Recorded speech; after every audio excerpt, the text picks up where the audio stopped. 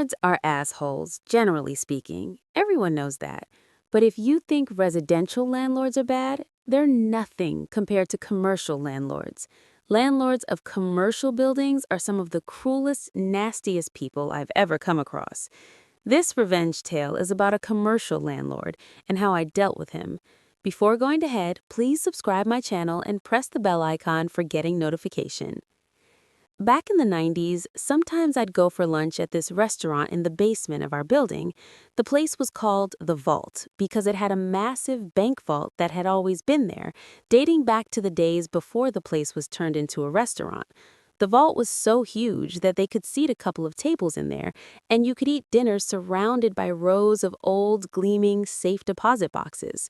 One day I was there for lunch, and the owner took me aside. "The landlord's driving me nuts," he said. "The landlord drives everyone nuts," I said. I was a subtenant in the same building, sharing space with an older lawyer, Aaron, and the landlord was always causing us trouble. I'd already had a few run-ins with him, and we hated each other on sight. In most jurisdictions, commercial landlords don't need court orders to get you out if you're late with the rent. Instead, they just change the locks and you find out about it when you show up and your key doesn't work. Every time our landlord had a dispute with anyone, which was often, he'd always threaten to change the locks. "He keeps demanding all this stuff for extra rent," the vault's owner said, "and it's really weird because a lot of it's really old." The restaurant owner showed me a letter the landlord had served on him earlier that day. I looked over the demand and read a list of expenses for snow removal and parking lot repair and common area flooring and all kinds of crap going back years. I read it all the way to the end, and there it was, the usual clause saying he was going to change the locks if the tenant didn't pay this and do that. "You do something to make the landlord hate you?" I asked, because this is a bit over the top, even for our asshole landlord. "He knows I'm moving the restaurant. I think he's trying to grab as much money as possible before I go. Plus, he's giving me grief over the vault." "You won't let you take it with you?" "Are you kidding? It weighs almost 100 tons and I don't need it, but the lease says I have to remove it and that I also have to restore the building to what it was before there was a vault. That would cost a fortune. The asshole landlord says if I leave the vault behind when I move, he'll sue." "Send your lease up to my office and let me look it over," I said. I finished my lunch, and when I got back to my office, the lease was waiting for me. It was just as bad as the restaurant owner said. The lease was a renewal of an assignment of a renewal, the original documents dating back to the shortly after WW2 when a bank first leased the place and the vault was installed.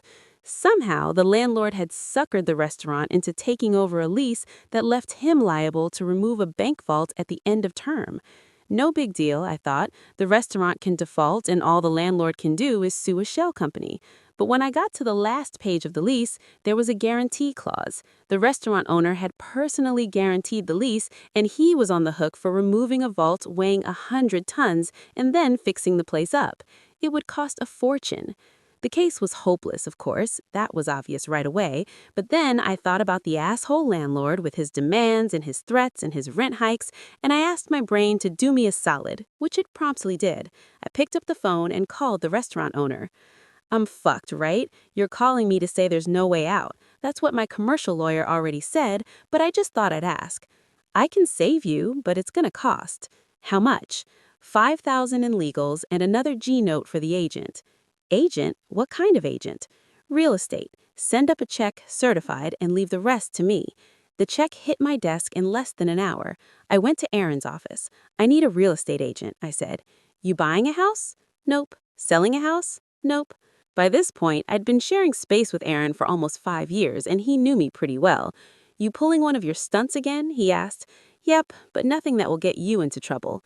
Aaron reached out for his old-school Rolodex and started flipping through it. "I know a guy," he said. Aaron knew all kinds of guys, and that's one of the reasons he eventually got disbarred. But he knew a guy, and he gave me the agent's name and number, and the next day I paid the agent a visit.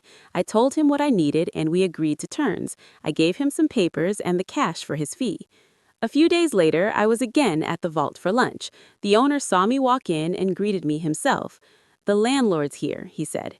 "Why?" "For lunch and to be an asshole. Let's sit in the vault room so I don't have to look at his face." He took me to the vault room, and with the door almost completely closed, we had a consultation while we ate pasta and drank red wine. "We're making demand on the landlord," I said, between bites of a perfect carbonara. "Demand? What are we demanding?" I pulled a document out of my briefcase and passed it to him while I sipped my wine. "We're demanding that the asshole landlord release all the restaurant equipment, all the fixtures, the ovens, the freezers, the ventilation, everything you need to run a restaurant." "The lease exempts all that stuff," the restaurant guy told me. "He can't stop me taking what I want. The only thing that matters is the vault. And of course, I don't want that." I shook my head. "You need the vault," I said, "and we're demanding that he release the bank vault as well. We're insisting that he let you take it out within 7 business days." "You think you can beat the landlord with reverse psychology? You think if you treat him like a 2-year-old, you can manipulate him into doing what you want?" "We'll find out soon enough. He's had the demand for a couple of days now." The restaurant owner dropped his wine glass and it shattered on the marble floor. The restaurant owner said, "You already gave it to him?" He got up, swung open the vault door, and called for the waiter to clean up the mess. "Let's see what the landlord has to say," I told him, and we walked over to the landlord's table. The landlord was a big, beefy man with a big appetite. He sat alone, eating a rack of lamb wolfishly with his hands. "My client needs an answer today," I said. The landlord looked up at me as he chewed noisily.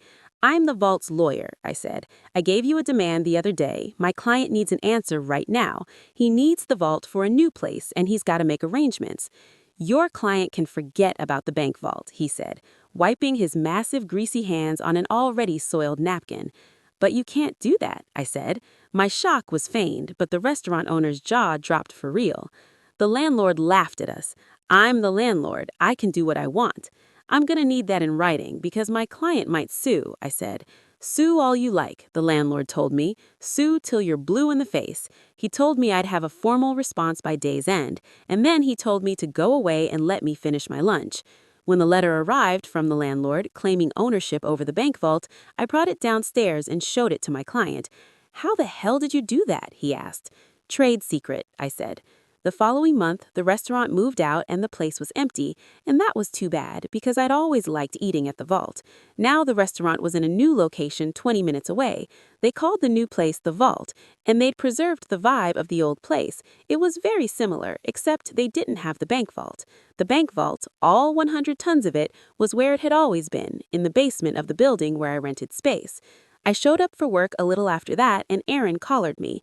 "The landlord's looking for you," he said. "Oh yeah? What about?" "He's really angry. He said his deal fell through." "Deal?" "He was supposed to rent the place downstairs to a new tenant, a bank or a credit union or something. They were supposed to come in to sign a lease, but they didn't show up." "And what's that got to do with me?" I said to Aaron, and I said the same thing to the landlord when he managed to track me down a couple of days later. "I know you were behind this," he said, his jowls quivering. "I know it was you. That offer from the agent, it was all bullshit, just a trick to make me keep the vault so that your client could sneak out of the place and leave that fucking bank vault behind. I'm gonna sue. If you're looking for counsel, I think I'm going to have to declare a conflict. I'm gonna sue the restaurant and that agent, and you're gonna sue you." He stormed off. But the landlord didn't sue. Of course he didn't. He didn't have a contract to sue on, only a vague letter of intent I'd drafted, enough to hook a greedy landlord who was used to having his way. The offer he'd received was non-binding, incapable of acceptance without the signing of a formal lease, which of course never got signed. When I left Aaron's place a year later, the downstairs was still unoccupied, with a sad "for rent" sign sitting in the window, starting to look faded.